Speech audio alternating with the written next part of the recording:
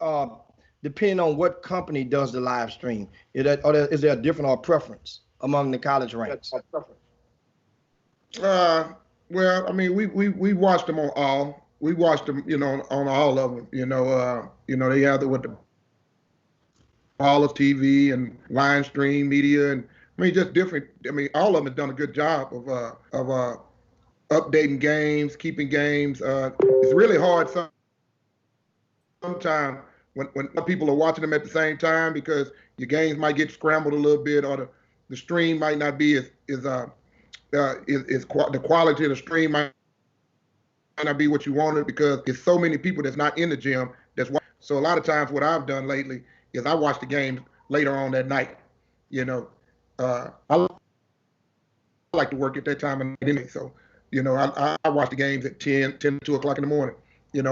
When now the games are recorded, they're recorded, and so now you get a better quality. But that's what I do, a lot of them. But I mean, we're doing the same thing as everyone else, watching games on there and talking to kids, zooming with kids, video, whatever we got to do. But the main thing is when everything started, most of our energy went towards our players first because our players were gone so long. We wanted to keep a tab on our guys, and then we focused on our recruits, after that. But that was the focus from day one. First text message that Augie sent out was, hey, our main recruits right now is our guys. Let's make sure our guys are comfortable back at home. Let's make sure they're doing what they need to do in the classroom. And the kids did a great job with their schoolwork. So, I mean, we've been dealing with it. We've been dealing with it. I don't think it's any different with us than anybody else, but I think that, that our leadership staff did a great job of informing us and giving us the information that we needed to keep our ship on track. It's just so spooky out there, in regarding to, uh, you know, the grassroots ball. It's up in limbo. A lot of sneaker company they cut their circuits out. Was that beneficial for you guys as coaches? Did you hate that it happened? Did it help or hurt you guys?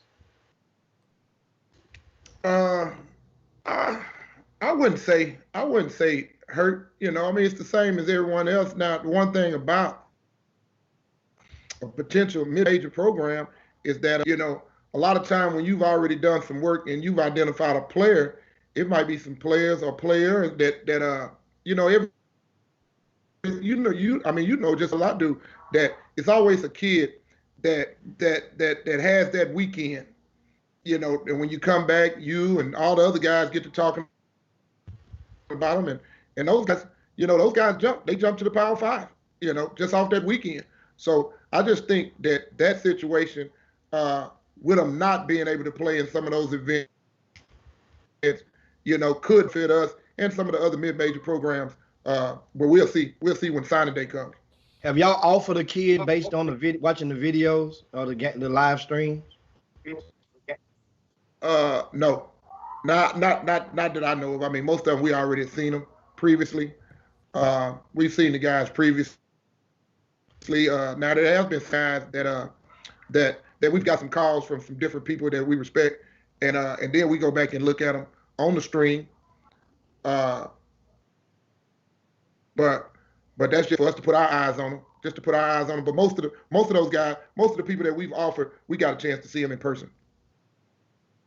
And now a lot of what I had a conversation with one of the grassroots guys, and a lot of people. Can you explain to them when you guys are watching the game, as you just said, sometimes you may go back and watch a game from a person, might have threw you an alley oop on a player, but for the most part, when the event is set and the schedule is set, you knew most of the players that you had on your radar already, and those are the games that you watch. But approximately in an average grassroots event during this pandemic, how many of those games are you watching in one day? Or are you going and just if you're in person, you can veer off a place or seat yourself where you can watch dual courts at the same time. Watching a live stream is one game at a time and only the game that you know, right? Correct. Correct. Most of the time, I mean, Jimmy, most of the time that I watch an entire game, if I watch an entire game, it's a player that we already recruit. Uh, I can flip a tape on and just watch a game, a competitive game that you get a lot of people say, hey, you need to watch this team and watch this team. So I try to watch as many of them as I can, and I cut that first half on and look to see if something just jump out of just jump out. A player just jump out. Sometimes I don't want to know who I'm looking at. I just wanted to jump out to where I say, dog, do I not know who this person is? So sometimes I try to watch everybody because everybody puts a team together because they think they have something. They're not having a team and they don't think they have it. Everybody think they have something on their team. So, it don't hurt me to cut them on and watch a half. Or if the game is good and it look like a few players, I might watch more of the game. I might watch more of the second half.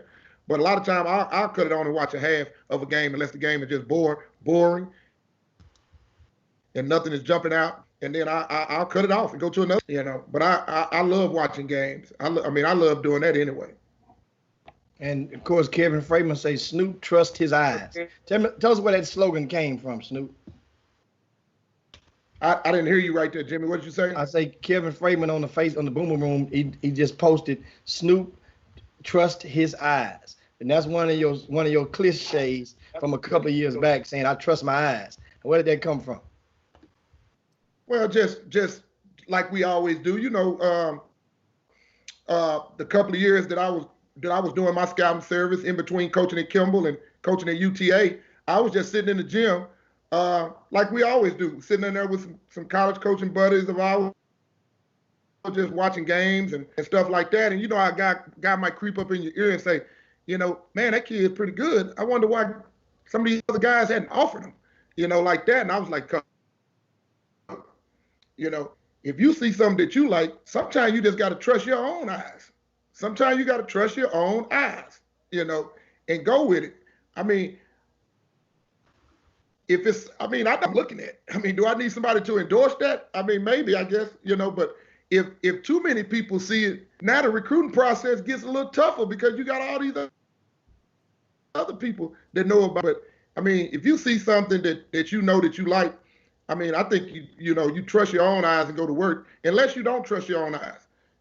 Some people might not be great talent evaluators, but they might be good recruiters. They might know how to, if you tell them who to recruit, they might be a good person on the phone, and I call you a lot, and I know how to recruit you.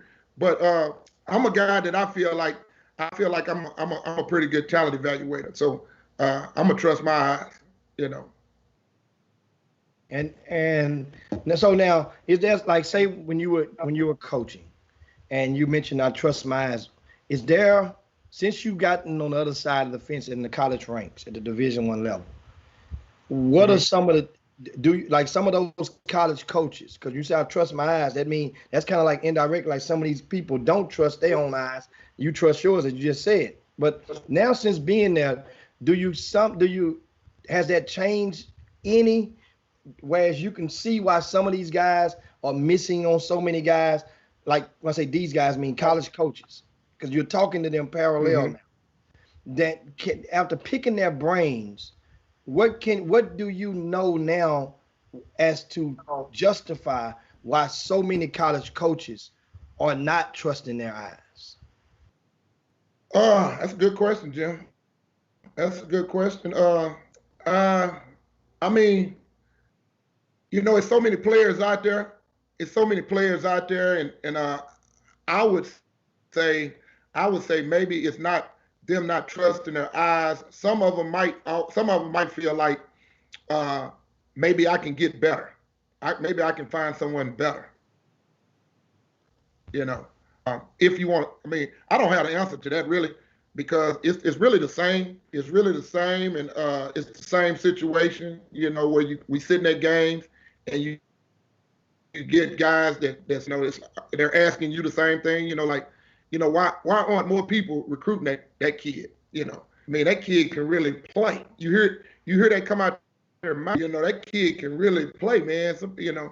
And I'm like, if you feel that way, then maybe you've seen some that the other people hadn't seen. I mean, maybe that. I don't know. I don't have the answer to that. I don't have the answer to that really. All I know is my feelings when I'm looking at it. When I'm looking at a player, and I know what our team is, and I know the way we play and our style of play, and what coach likes, and what we're the program. Then I just need to see it. I really, I don't really need to see what everybody else is about. What's the biggest problems you see in Dallas grassroots and Houston grassroots? What are the biggest problems that you see that need to be modified or improved upon? As far as what? Just in general, or In play from general, play? I mean, it's the same way I felt. It's the same way I felt when I was coaching high school, and when I was doing scout service stuff. One thing I think we undervalue uh, who we are. I think we undervalue the power, the leverage, uh, the need, you that the nation need. The nation needs Texas. You know, the national people need Jimmy Hicks. The national people need Alan Branch. They need Mike Kunst. They need the local writers. Those guys. They need that from a scouting service standpoint. I mean, you guys see these guys more than they see them. So you guys get caught. I mean, and as far as Texas players, I mean, it's proven. I mean, look at the amount of guys that's every year in the top 50 in the country, top 100 in the country. It's made up of the state of Texas. So uh, I think we need to. I just think Texas needs to realize that we don't have to go on so many field trips to get where we're trying to go. Uh, I think we need to, make people come here, make people come to Texas. It should be more national events right here in Texas, uh, because we got good businessmen and talent evaluators. So I'm a big support, Sapone. Now if we don't have that platform to deliver to give us what we need, give those programs what we need, then you go off to some of this stuff. But some of these events like that, I mean, those events become high level events because these guys go there. They go there. So you saying, You know, I know I haven't and I'm said, always feel like that. I'm so, always feel like so coach, what you saying is we have a superior product here. So what's the mindset around the country? Why they don't come here? Why don't the California team come here? I know some of us want to go to California. Some of us want to go to Florida. Why? I've never heard too many Florida teams come up here. What it's if it's a question you can't answer, I understand. But I think Houston. I mean, Texas is a great place, and I notice I said Texas. Texas is a great state, a place to go to, come to.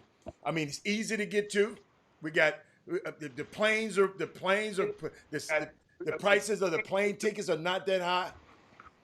That's a great. I mean, why aren't there more tournaments?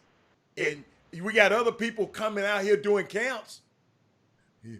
People coming from other places doing camps. People coming here to do tournaments. Why aren't there? Why? And maybe that might have to come from a person outside of Houston. I've never heard a person from Memphis say, "Man, I'm coming to Houston to play in a tournament." I mean, you making me. I ain't never heard nobody from Florida saying, "I'm coming up here." Somebody from Chicago saying, "Hey, Chicago ain't a bad flight. Atlanta ain't a bad flight." So, God, that's something I never thought about. But I watch our tournaments and I look that lately, none of the people, I mean, lately because of COVID, I understand.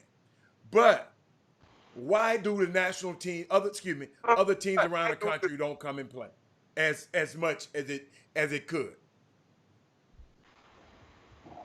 Think about this right here. Mm-hmm.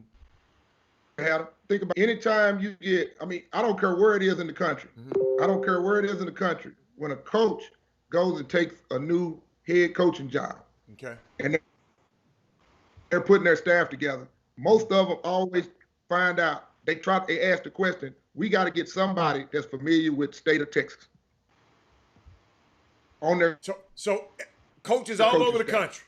Think about it. Okay. Coaches all over the country. Okay. They want to know, can we recruit Texas? Okay. Yeah. Okay. Okay. And Jimmy would know more about that than anybody because he gets those kind of calls, I'm sure. So what's the reason the teams don't come here then? Snoop, what's the reason? I think the teams will, but if our teams are always somewhere else, they're going to meet them because those event people, I'm sure, it's almost like a boxing match. You know, they're already telling them that team A, B, C, and D are coming out of Texas to come play here. So now, you know, that's how you put this thing together. Hicks know, you know, I mean, you set that thing up. Yeah. You set it up. It's the sneaker live periods is what you did. That used to be the case in Houston when Hal Pastner had the Kingwood Classic. The Kingwood Classic attracted all of the big hitters from around the country during that heyday of that event. And then once the sneaker companies, the live periods begin to be absorbed by sneaker events, that kind of took away because certain teams, and it started off where all sneaker lines played their circuits on the same weekends, but then after a while, it's getting buck wild. You know, one sneaker circuit might only have 4 events, 4 weekends. One might have 5, one might have 7, so then that means now it's kind of harder. And then Vegas would be the only time that you could see that happen because Vegas was still missed. And a couple of years ago, how do you remember the Compton Magic played Team Takeover? That was the #1 Nike team, played the #1 Adidas team. They got it on at Bishop Gorman High School. College coaches were there, so it served the best of both worlds, and it was a memorable moment. But the powers that be, because that should be an every year occurrence. Powers that be, they don't want it to happen because fear of what if my sneaker line lose, then this guy get bragging. I really believe, and Hal Pastner did it before they invaded. When Kevin Durant played with the DC Blue Devils, they end up playing. They had the Adidas champion, played the Nike champion, and he put that game on television, and in Vegas. But then once again, the powers that be don't want it to happen, and and political interest gets in the way. But Snoop just said something interesting, and I'm gonna ask around. I'm glad. I mean, when I get stuff like this, y'all, I'm gonna look deeper into it. You said that every coach, and I know you ain't got, but I done got you counted down. Snoop got 9 more minutes, Jimmy, with us, and he got to go to work. Okay, I'm sitting here watching Snoop. You said 2 things are key. Everybody around the country got to have somebody recruit Texas. Are you saying us Texas teams need to stay at home and force them to come and get some of this heat? Texas need to stay at home. Then won't no Texas team be going around. But I know people like to go on vacations. I understand that. But if we keep going out there to them, they don't have no reason to come to us. I'm just trying to figure out what's the dynamic of it. You follow me, Snoop? Yeah, I mean, I'm not saying. I'm not saying that that they shouldn't travel, because I think the experiences are great for some of these kids that wouldn't Okay. ever get a chance to leave home Okay. to get out there and experience that. I just think, when you hear people say their reason for going here, here, and here is saying we're trying to get some national exposure. And I don't think they understand where their national exposure is going to come from. The only reason that they have national exposure is those people from ESPN and all of these different national recruits, these people here in Texas, to find out who's doing that, because these guys see those guys more. So that's who they're gonna trust, these guys' eyes here in Texas, because they see the players more than they do. So why is it that a lot of that's the part of it? So and I really believe that theory would transpire, and it would happen. Just this past weekend, Buff had his event in Dallas, and it attracted a lot of the teams from this region of the country. And then once you do so, then the next phase is you have to, that I noticed from just doing the business, you get those national guys, and you got to do what you have to do with your relationships to influence them to come and cover your event. And those national guys come and cover your event, then it takes off from there. And then you get more and more to come, you invest in it, and then you have to go. Sometimes with some of these guys, it's like, with some of these people, they come with a ticket. If you want them to come to your event, you have to do what you have to do. If you want them certain people or certain teams at your events, and that's another investment that has to be made in that. That's like, we mentioned Glenn Smith hit a home run last year with the Thanksgiving Hoop Fest, and he was able to bring a couple of teams out of California here, which was a super draw attractions for the crowds. But those teams didn't just pack up and just come to Texas on their own. They played hardball. We understand that. We understand it. It cost. I'm just saying.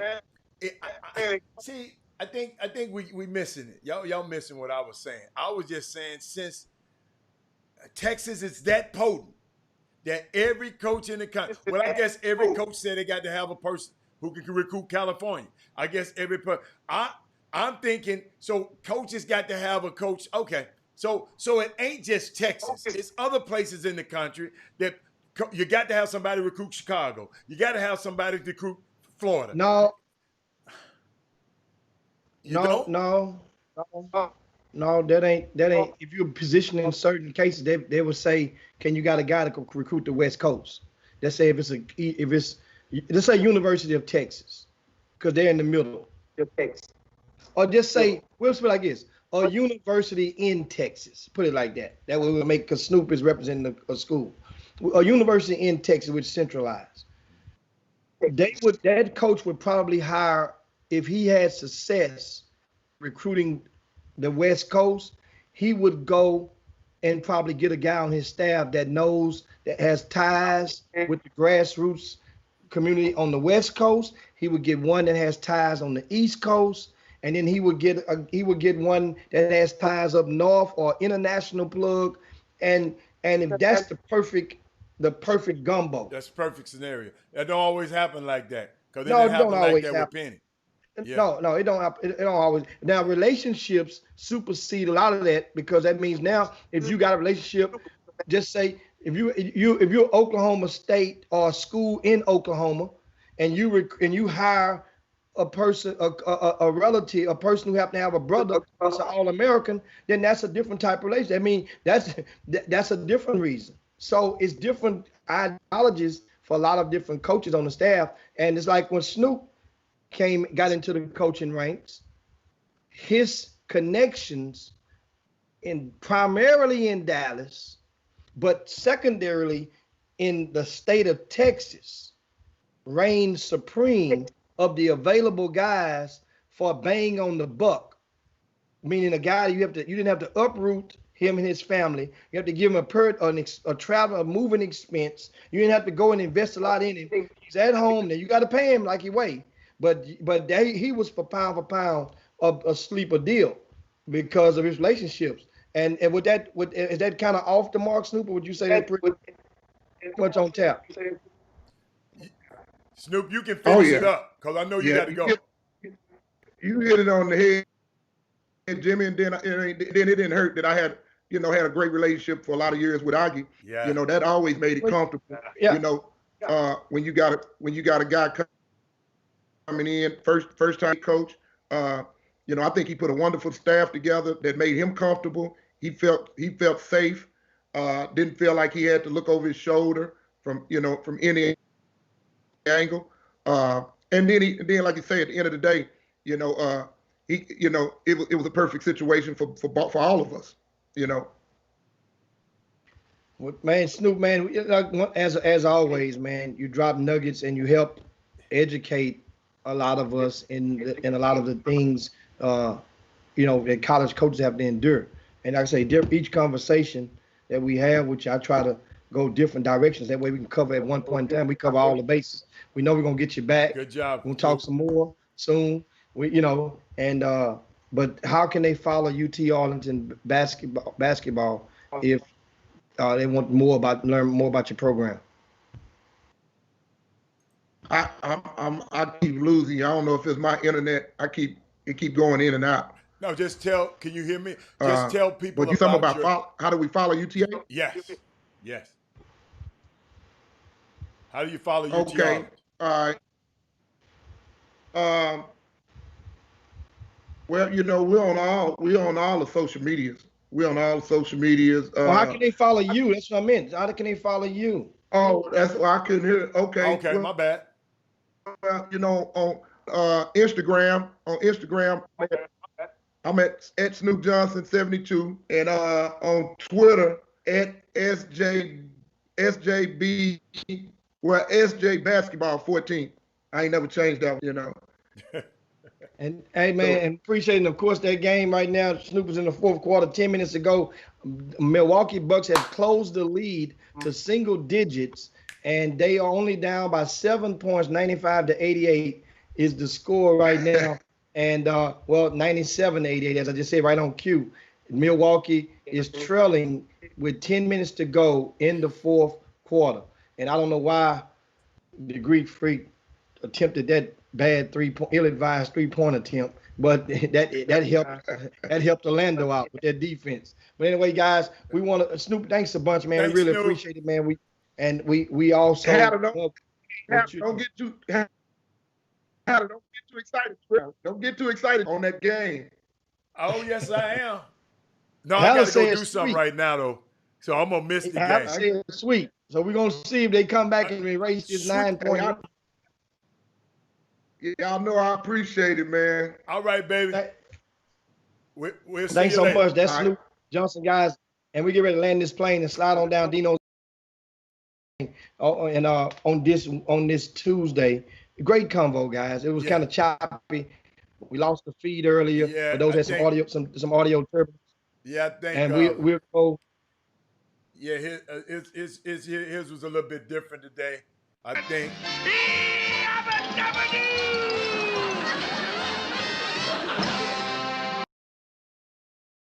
Jimmy, we can end it on that one right there. And yeah, man, we'll that's see y'all it. tomorrow. We up out here, guys. Right. Peace. Jim Hicks, Rob Hatter, you are now tuned in to the Chop Shop. I'm Retro, let's get it.